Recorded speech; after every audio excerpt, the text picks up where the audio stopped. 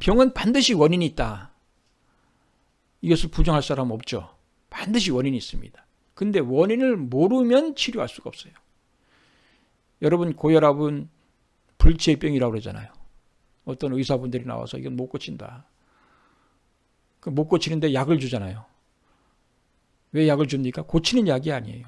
그렇기 때문에 못 고치기 때문에 약을 먹는데 고혈압을 내리는 역할을 합니다. 혈관을 흐물흐물하게 해가지고 피를 잘 통하게 만드는 거예요. 그러니까 왜 원인을 모르기 때문에 못 고치는 거예요. 원인을 알아야 알면 그 원인을 빼버리면 되는데 원인을 모르기 때문에 못 고치는 거예요. 불치병이 되고 당뇨도 마찬가지고 암도 마찬가지고 병이 오는 원인을 몰라요. 성인병이 오는 원인을 아무도 아는 사람이 없어요. 근데 그 병의 원인이 어디서 오느냐? 먹는 데서 온다. 마음의 병은 마음 먹는 데서 보고 몸의 병은 음식물을 먹는 데서 온다. 몸의 병의 원인이 세 가지입니다. 햇빛과 공기, 그리고 음식물, 마음에서 오는 영적인 요소, 스트레스에서 온다. 여기서 원인을 찾아야 됩니다. 근데 햇빛과 공기는 우리가 모든 사람들이 같이 겪는 현상입니다. 스트레스는 물론 개인적인 것이지만 그 스트레스는 우리가 해결하기 위해서 신앙이 필요합니다. 믿음이 필요합니다. 마음을 어떻게 먹느냐에 따라서 결정됩니다. 그러니까 기독교에서는 또 불교나 이런 데서는 다 대자대비를 원하고 또 어질게 살기를 원하고 사랑하기를 원하고 감사하면서 살기를 바라잖아요. 감사하면 마음에서 오는 병이 없습니다. 그래서 성경에서는 항상 감사하라는 말씀을 하시잖아요. 항상 우리가 감사하면서 기쁘게 살면 마음에서 오는 병은 없습니다. 그러니까 우리가 신앙도 필요합니다. 신앙을 안 하더라도 항상 감사하면서 사는 생활이 필요합니다. 우리가 사는 생활이 어렵고 힘든 생활이 80%가 된답니다. 기쁘고 좋은 것은, 모든 사람이 좋은 것은 20%밖에 안 돼요. 우리가 사는 생활에 어렵고 힘든 일들이 많아요. 그렇지만 그 어렵고 힘든 일을 갖다가 짜증내고 스트레스 받게 되면 병이 온다고 하는 거죠. 그래서 항상 감사할 수 있는 마음을 가지면 사실은 신앙이 필요 없는 사람이 되는 거죠. 우리가 기쁘고 건강하게 살기 위해서, 행복하게 살기 위해서 신앙하는 거 아니겠습니까? 그런데 중요한 요소, 병의 원인의 중요한 요소가 뭐냐면 음식에서 있다고 하는 거죠. 음식에서 있다. 그래서 그 음식이 어떤 음식에서 병이 오는지를 제가 지금 밝히고자 하는 것입니다. 어떤 음식에서 병이 오는가? 그러기 위해서는 우리가 먼저 자연의 원리를 알아야 됩니다. 자연이 어떻게 구성되어 있는지. 우리 몸은 자연에 의해서 결정됩니다. 자연에 순화되면서 살아야 됩니다. 어쩔 수 없습니다. 근데 이 자연의 모든 법칙이 뭘로 되어 있느냐?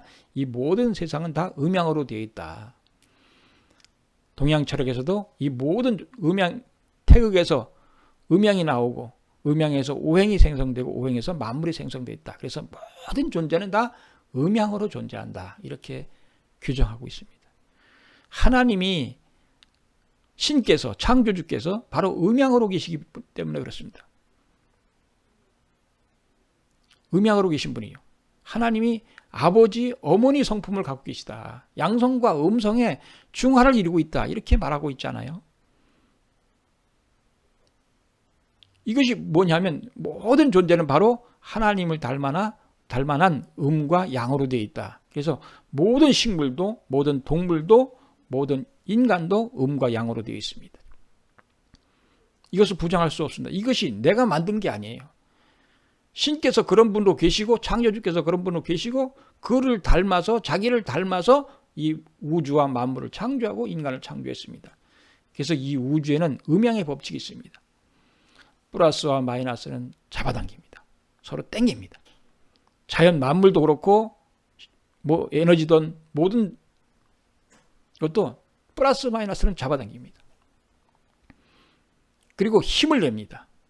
여러분 여기 전기가 있습니다만은 이 전기가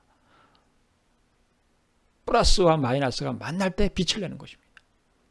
근데 플러스 마이너스는 반발합니다. 우리가 자석을 보면 반발하잖아요. 그러니까 이 자연의 법칙이 뭐냐면 당기는 법칙과 미는 법칙으로 되어 있다고 하는 것을 여러분 아셔야 됩니다. 이게 왜 중요하냐면 내가 플러스면 이 식물이나 동물을 마이너스를 잡아당깁니다. 마이너스를 먹게 돼 있어요. 그게 원칙이에요. 내가 마이너스면 플러스를 먹게 돼 있는 것이 원칙입니다. 플러스를 만나게 돼 있어요.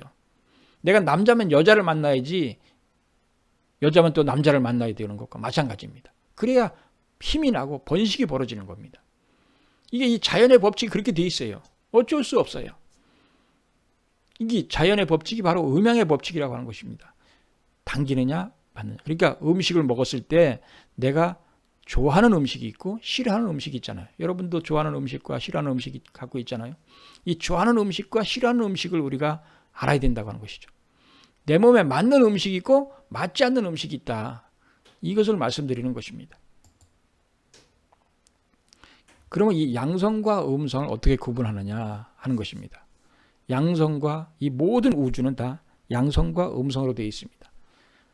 양과 음으로 되어 있다고 하는 것이죠. 양은 밝은 것이고 음은 어두운 것이다. 양은 낮이고 그렇기 때문에 밝기 때문에 낮이고 밤은 음성으로 구분한다.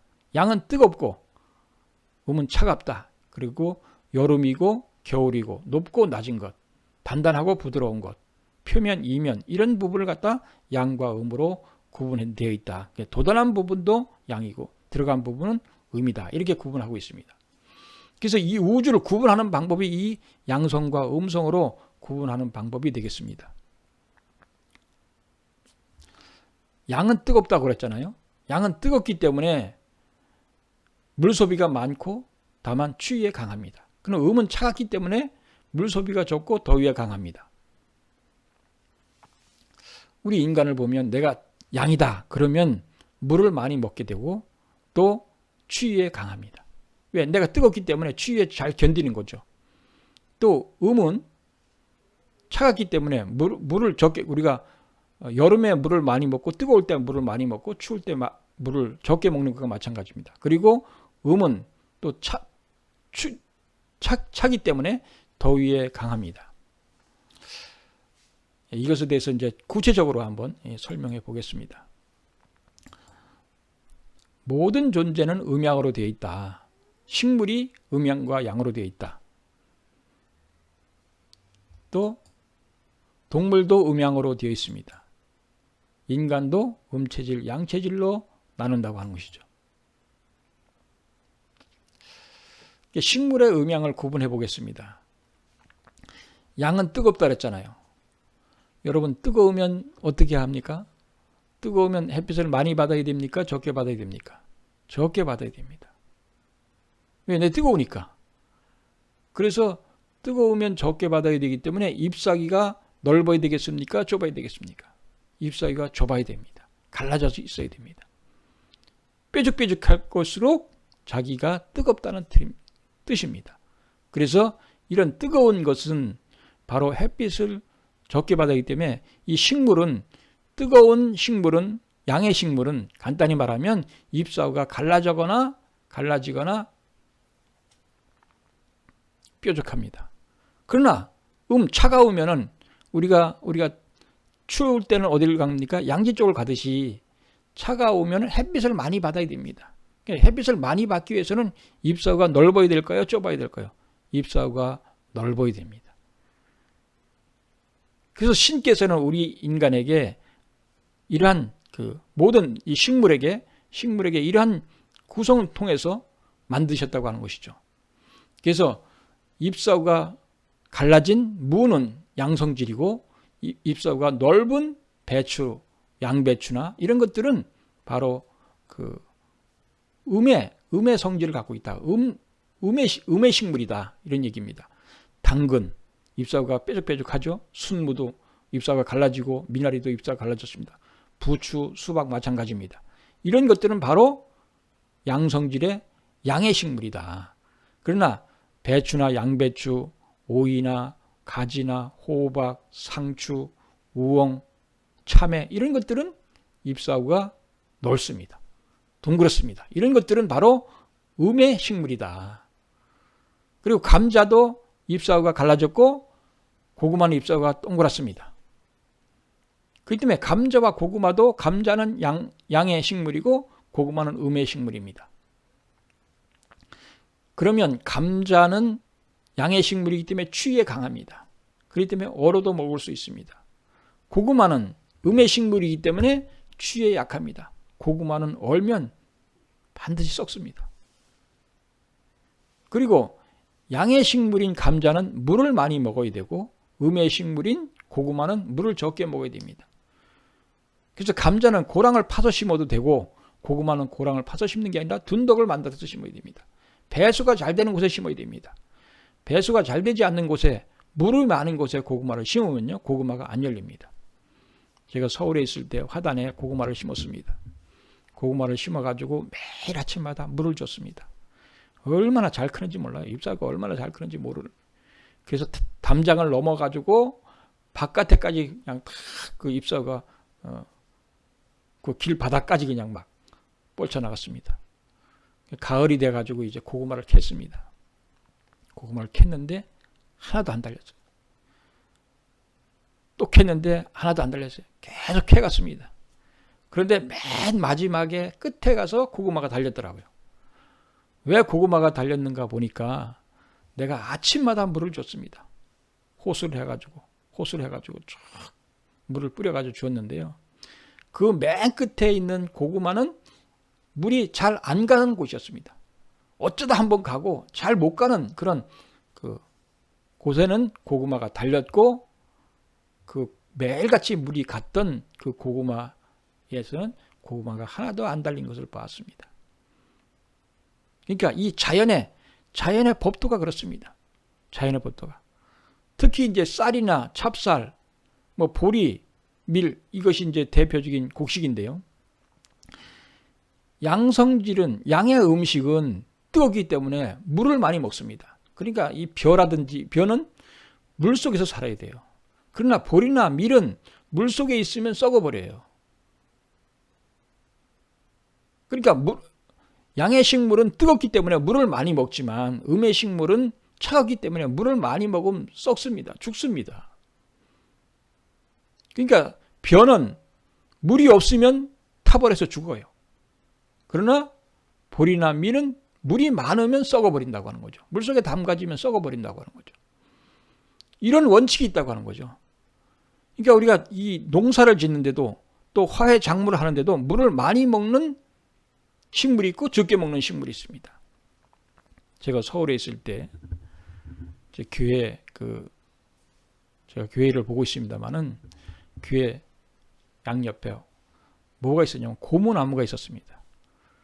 나는 고무나무를 잘 몰랐어요. 이런 원리를 잘 몰랐습니다. 몰라서 물을 일주일에 한 번씩 줬습니다. 그것을 아주 화장실에 가가지고 거기다가 물을 잔뜩 그냥 붓습니다. 아주 그냥 실컷 주고 이제 갖다 놓고 했습니다. 일주일에 한 번씩. 근데 나중에 보니까 이 잎사귀가 누렇게 되더니 떨어지는 거예요. 결국 하나 둘 떨어지더니 다 떨어져가지고 완전히 고무나무 다 죽어버렸어요. 뽑아보니까 뿌리가 썩어버렸습니다. 그래서 가서 물어봤어요. 내가 그런 고무나무 파는 그런 분한테 물어봤더니 물을 많이 줬구만요 그러더라고요. 그러니까 물을 많이 주면 죽는 식물이 있고 물을 적게 주면 죽는 식물이 있다니까요. 그러니까 잎사귀가 넓은 그런 채소나 잎사귀가 넓은 그런 식물들은 물을 많이 주면 안 됩니다. 적게 줘야 됩니다. 그러니까 하루에 매일같이 물 줘야 하는 식물이 있는가 하면 며칠 만에 또 몇 달 만에 줘도 되는 식물이 있다고 하는 것을 여러분 아셔야 됩니다. 이것이 무엇 때문에 그러냐? 음양이기 때문에 그렇습니다. 양은 물을 많이 먹지만 음은 물을 적게 먹는다고 하는 것을 여러분 아셔야 됩니다. 이런 원칙에 의해서 우리가 식물을 구분할 수 있다고 하는 것입니다. 그러면 동물은 어떻게 구분하느냐? 동물은 생장 환경에 따라서 구분합니다. 여러분 동물은 뜨거운 동물, 양의 동물이 있고 음의 동물이 있지 않습니까? 양의 동물은 추위에 강하다고 그랬죠. 아까 양의 식물은 추위에 강하다. 음의 식물은 추위에 약하죠. 제 고향이 횡성인데요. 우리 고향에 가면 소 외양간이 있고 돼지우리가 있습니다. 바로 우리 집에도 있었습니다. 소 외양간에는 이 천정만 덮어놓고 바로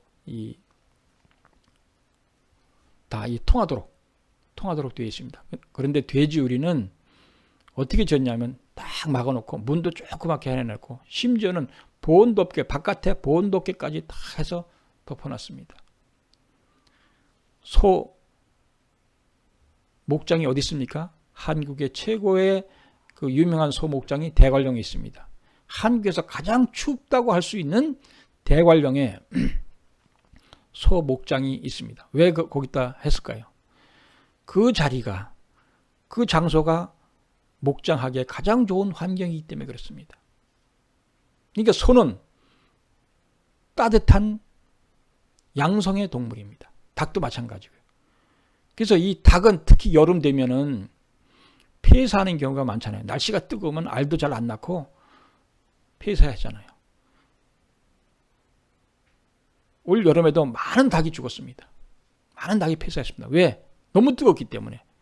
근데 그 뜨거운 닭이 시설을 잘 해놓은, 아주 에어컨도 잘 설치해놓고 환경도 좋은 곳에서는 하나도 죽지 않았다고 했습니다. 그렇지만 옛날과 같은 그런 환경에서는 많이 죽었다고 합니다. 왜? 뜨겁기 때문에, 날씨가 뜨겁기 때문에 자기가 뜨거움을 못 견디는 거죠. 사람도 마찬가지죠. 그래서 소나 닭은 뜨거운 양의 동물이고 돼지나 개는 차가운 음의 동물입니다. 특히 돼지는, 그래서 이 돼지는 어디서 기릅니까? 소는 추운 지방에서 기르고 돼지는 따뜻한 지방에서 기르는 거죠. 제가 아까 소 외양간하고 돼지 우리에 대해서 설명했습니다만은 돼지는 따뜻한 지방에서 길러야 맛있습니다. 잘 큽니다. 병이 안 걸립니다. 돼지를 보면 그 비계가 두꺼운 돼지가 있고 얇은 비계가 있습니다. 비계가 두꺼운 게 있고 얇은 게 있습니다. 왜 두껍고 얇으냐 하면, 여러분, 왜 돼지가 비계가 두껍고 비계가 얇은 그 돼지가 있습니까? 두꺼운 것은 추운 지방에서 길렀기 때문에 그렇습니다. 얇은 것은 따뜻한 지방에서 길렀기 때문에 그렇습니다. 이게 이치입니다. 이치. 자연의 법칙입니다. 왜? 돼지는 속이 차요. 속이 차기 때문에 바깥 환경이 추우면 자기 몸을 보호해야 돼요. 추위에서. 그래서 비계를 두껍게 만드는 거예요. 그래서 비계가 두꺼워진다고 하는 것을 여러분 아셔야 됩니다. 저는 이론적으로 하는 겁니다. 내가 뭐 돼지가 돼보지도 않았고 그런 거 모르지만, 자연의 그런 것을 모르지만 이론적으로 그렇다고 하는 거죠. 개도 마찬가지입니다. 개도 털이 참 자기 몸을 보호하기 위해서 많이 겨울에는 난다고 하는 것을 여러분 아셔야 됩니다. 그래서 양의 동물은 뜨겁기 때문에 밤에 주로 돌아다닙니다. 그리고 음성의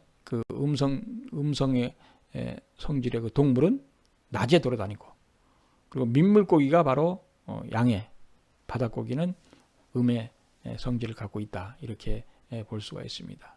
동물의 음양 구분은 바로 어디서 잘 성장하느냐에 따라서 규정한다고 하는 것을 여러분 아셔야 됩니다.